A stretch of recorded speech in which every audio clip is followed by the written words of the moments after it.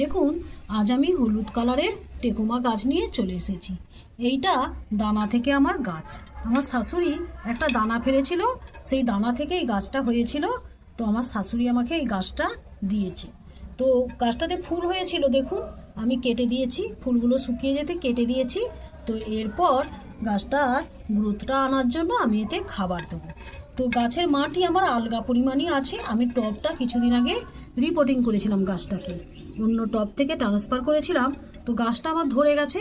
এরপর আমি গাছটাতে খাবার দেব। দেখুন, তখন আমি কোনো খাবার দিয়েছিলাম না, এখন আমি খাবার দিচ্ছি। গল্প করতে করতে তোমাদেরকে আর দেখালাম না, মিশিয়ে ফেললাম। দেখুন, এটা হচ্ছে হাড় গুঁড়ো, আর এটা শিংকুচি, আর কয়েকটা দানা ডিএপি একসঙ্গে মিক্সড করে নিচ্ছি। দেখুন, দিয়ে এর গোড়াতে আমি দিয়ে দেবো।